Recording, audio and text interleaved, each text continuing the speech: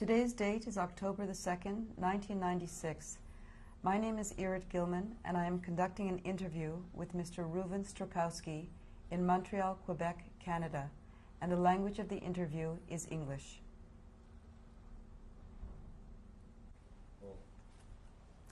Tape 1 in the interview of Mr. Reuwen Strykowski. Would you please tell us your name and spell it for us? My name is Strykowski Reuwen, Strykowski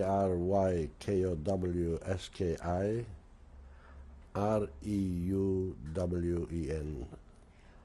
When were you born? I'm born in September 15, 1924. And that makes you how old today? 72. And where were you born? Krośniewice, Poland. Could you spell that? Krośniewice.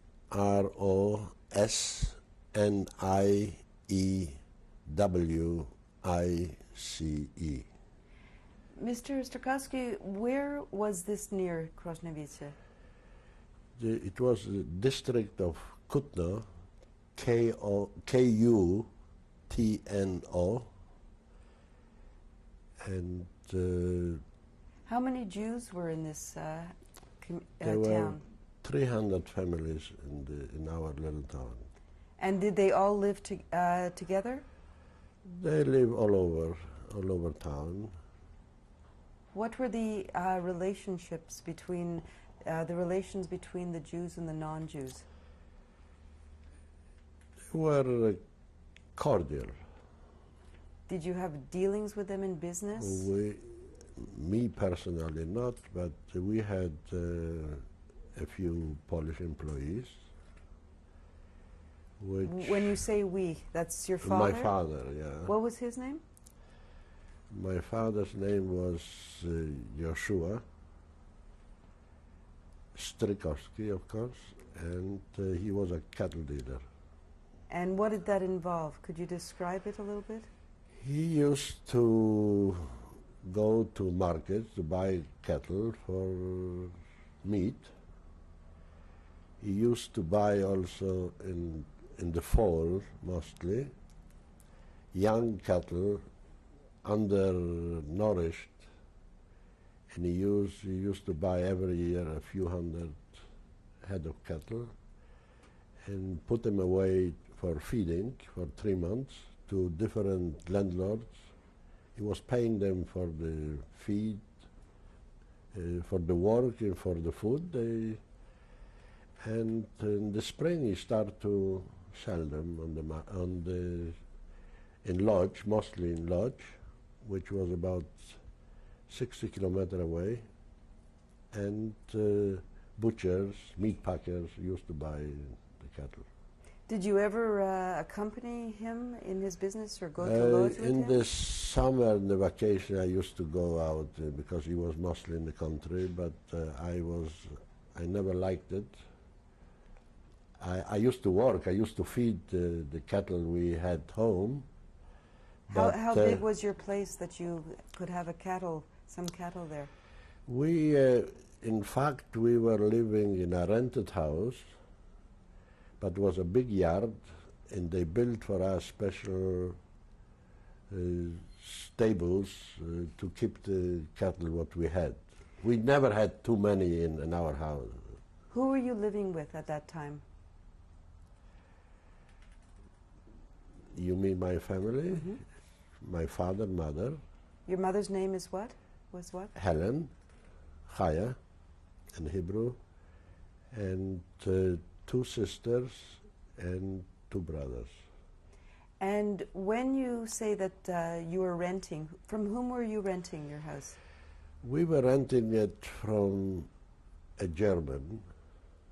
In fact, we didn't know then that he is German. Did he live in the town? He lived out of town, but about 2 miles away. And he was quite a nice guy, but his wife was, we found out later, a very stubborn Nazi. And she showed her real face when the German came into town. Mm-hmm. Before that, what kind of house did your parents make? Was it a traditional home? Was it observant? My father wasn't very observant, but my mother was very observant. She even used to go once a week to the mikveh, I remember. But in a little town, he tried to obey the rules and to be always on Shabbat in the synagogue. He never, we didn't have a car, but he had the nicest horse in town, which it was a must to conduct his business. And he was never out on Shabbat. He always came before the Shabbat so he could be in the synagogue.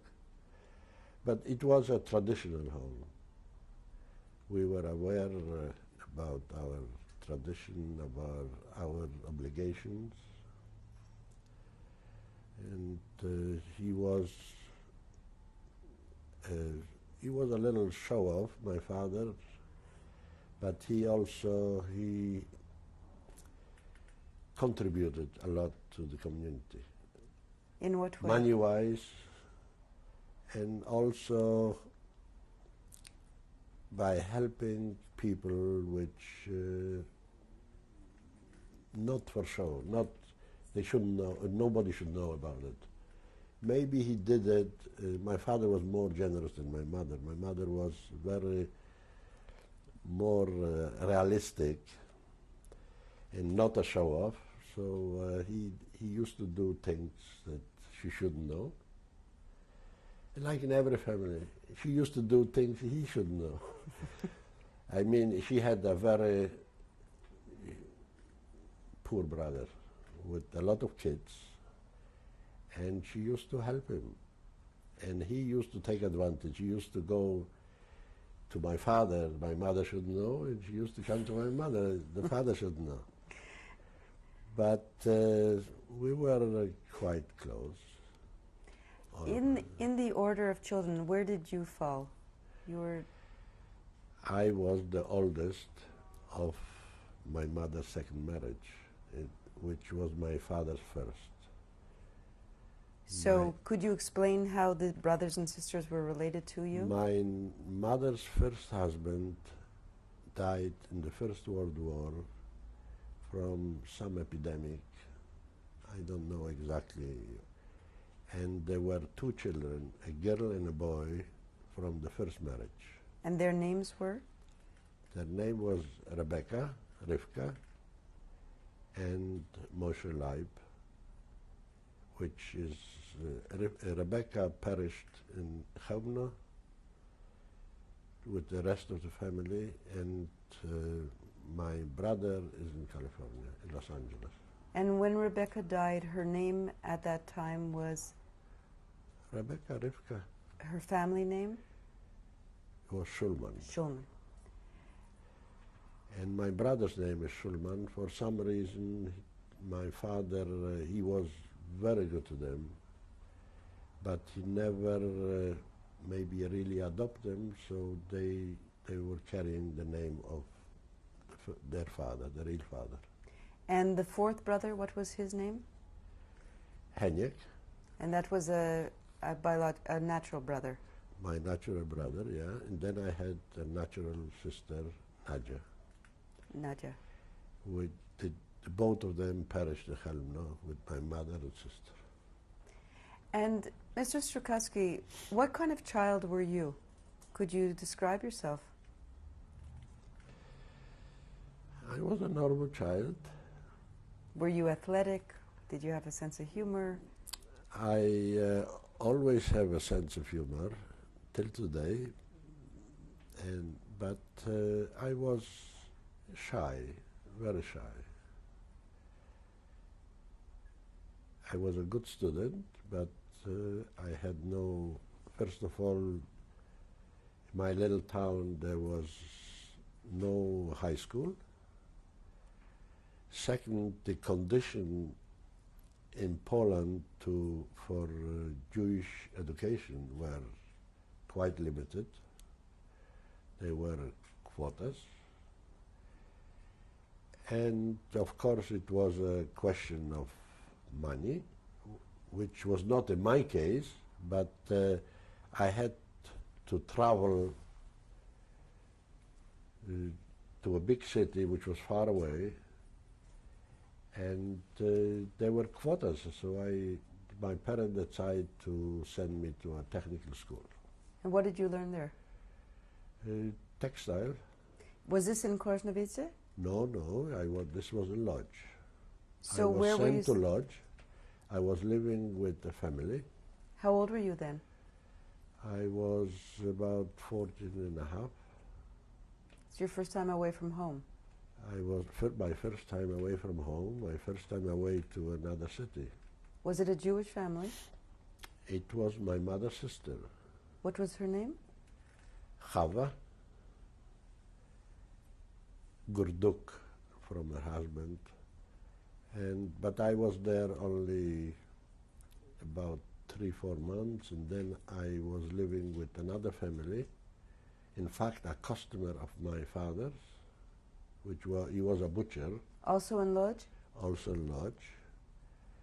And there I was about 6 months.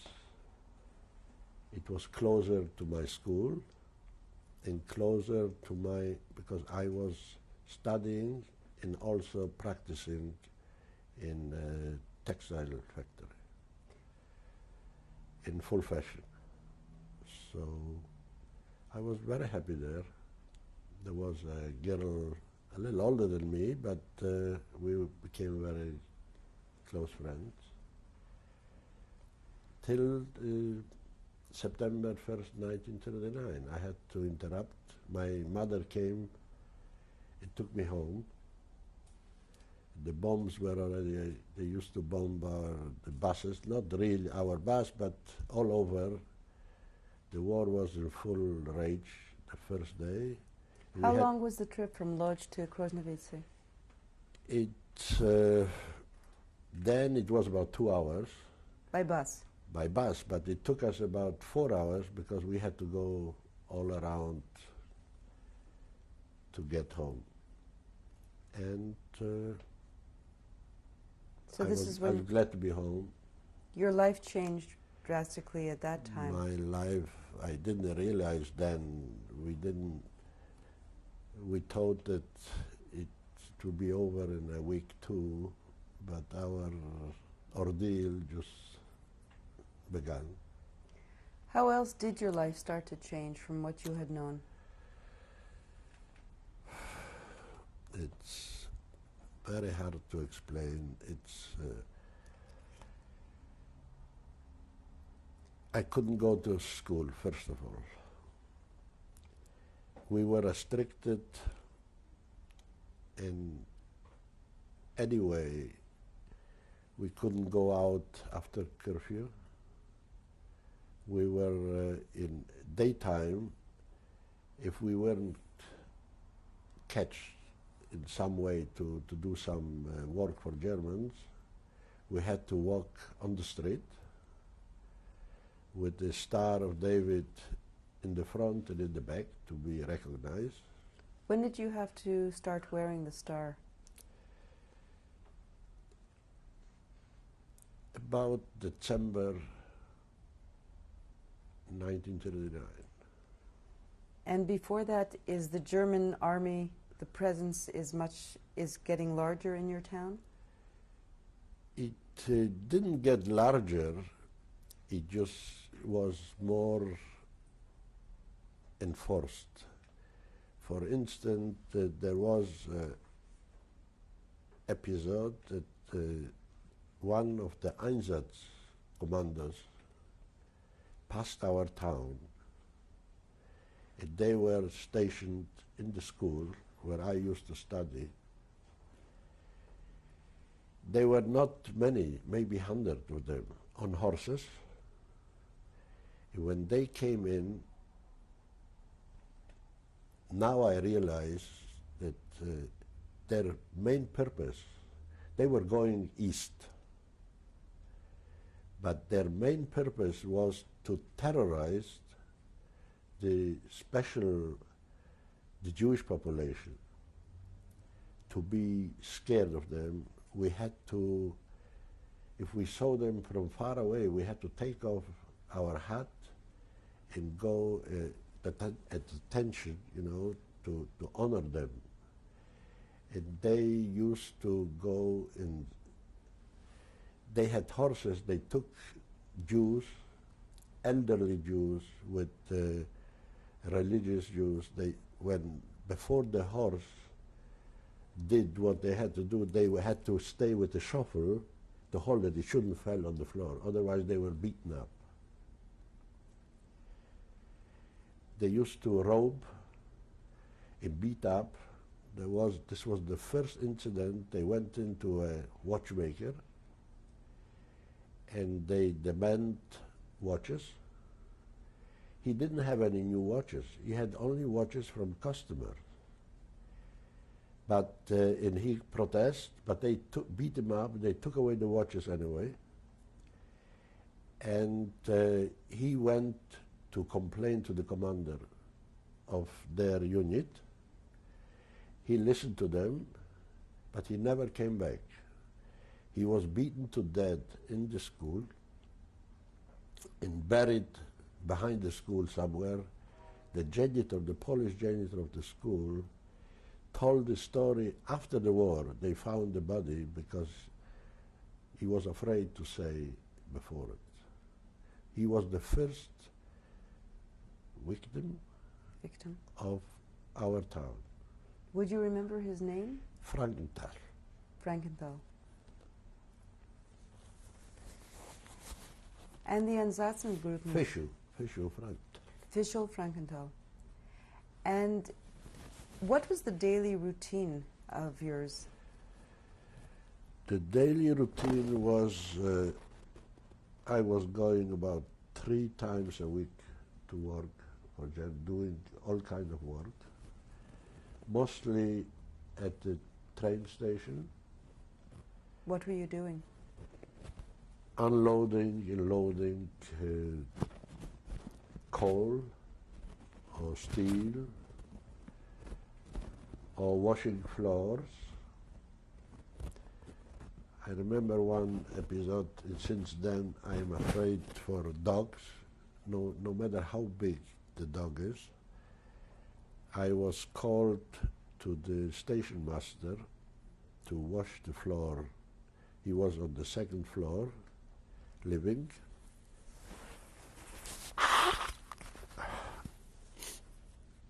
And he gave me 2 pails to go down to bring water. He was on the 2nd floor. There were steps to go up. I took the water. Going up, it was a very small staircase. He had a big dog, a German Shepherd. When I was halfway up, he told the dog to jump on me. And the dog jumped on me. I fell down with the water. I wasn't seriously injured, but it shook my life. And then he didn't give me any rags. I had to take off my shirt and to collect the water which was all over. And since then I am afraid even for a little puppy. If I hear the bark, I'm shivering. Were you able to eat at this time normally? No, I was home. This was before the ghetto. Was there any rationing of food before the ghetto? There was some rationing, but we didn't feel any. My father had a lot of connection, and we could still go out.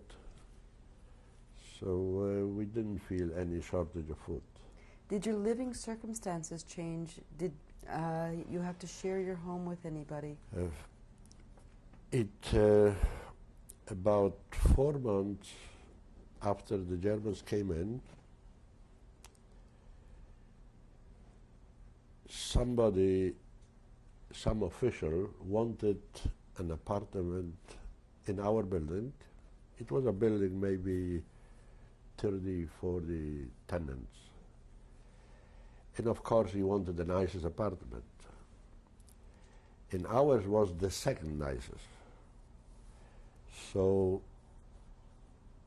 they asked the Jew, which became later the head of the Jewish community. Is that the head of the Judenrat? The head of the Judenrat, or? There was no Judenrat. It was just Jewish, like before the war. But then they organized, and they appoint people who should be. So this Jew, which was one of the richest families in the town. Do you remember his Silver. name? Silver. Mayor Silver. And he was asked where he would like to live, so he wanted our apartment. And he was a close friend of the landlord. So he says, no problem. He told the German police that they should tell us to evacuate the apartment, and he moved in. And we were moved with another family to another building, which was not too far away. But he says he was nice. He gave us a few days' time that we could take our possessions. He, in fact, didn't show up. He didn't feel good about it, but his wife. Who are we speaking? Mrs. Silver? No, or no. Is this the German? No, this is the German woman. Her name was Piotrowski. Piotrowski. It's a Polish name. I don't know how, but Piotrowski, they were both Germans. By the way, I heard that they survived the war. They were living somewhere in Hanover. Today they are probably dead. And life was not the same anymore. You were starting to say that Mrs. Piotrowski, what did she have to do with the story? She was the landlord. Oh, I see. She was the landlord. As I mentioned before, we lived on rent. She was the landlord. And she was actually there when we were told to move.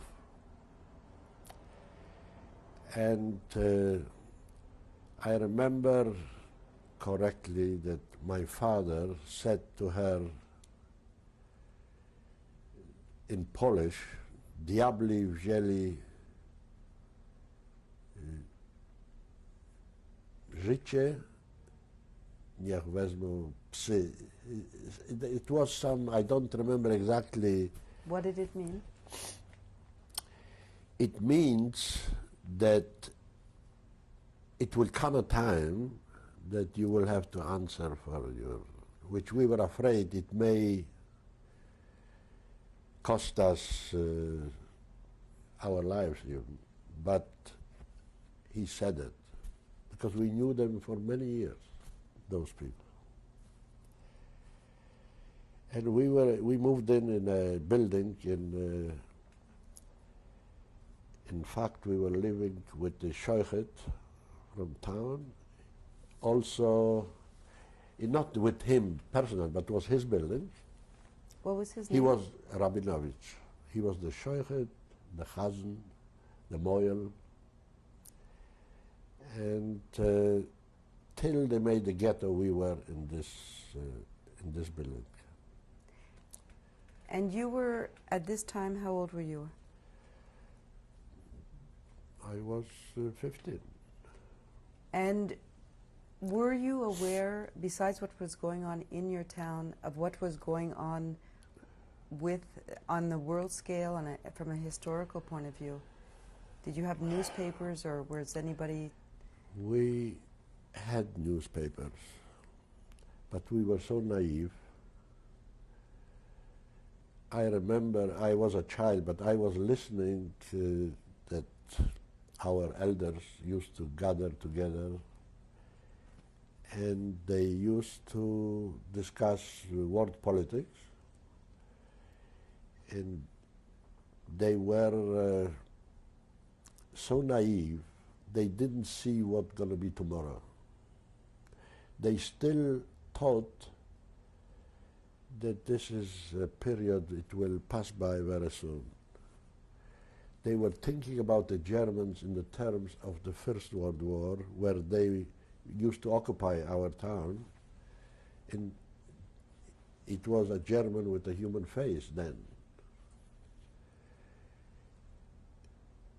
They used to, it's silly to talk about it, they used to have some, people believe what they want to believe. They used to have a superstitious, and it was widespread, not only in our town. I thought it was only our little town. They used to hold 20 people, hand on the table, and they used to believe that the table is lifting up, it's knocking on the floor, like 2 times, 3 times. They say it will, how long it will take the war. But some said this will be 2 weeks. Some say 2 years, some say 2 months. It was silly. But, we were brought up to respect the elder, so, but it was silly then to me. Even as a And child? today it's even more silly. And everybody used to try it in every house. And then when the German attacked Russia, there was so much hope, especially the socialists and communist Jews. Russia will crush them in no time, and we really had so much hope. And here came such a crushing defeat without any sign of the end of the tunnel. We were very disappointed, but we could only, the religious prayed, and the non-religious, they were disappointed. Did you ever make plans in your family to run away, to leave the country, to go to Israel or elsewhere? No. But my brother, which survived, which is in Los Angeles. His name? His name? Moshe Leib, Moshe Leib. It was young people were running away to Russia, and he ran away to Russia. He got as far as Bialystok. In Bialystok he was maybe 4 or 6 weeks, hungry, dirty, without a roof over the head. First time away from home, really. And he wanted to come back. And he came back. He told all his friends he's coming back to change clothes, to bring some money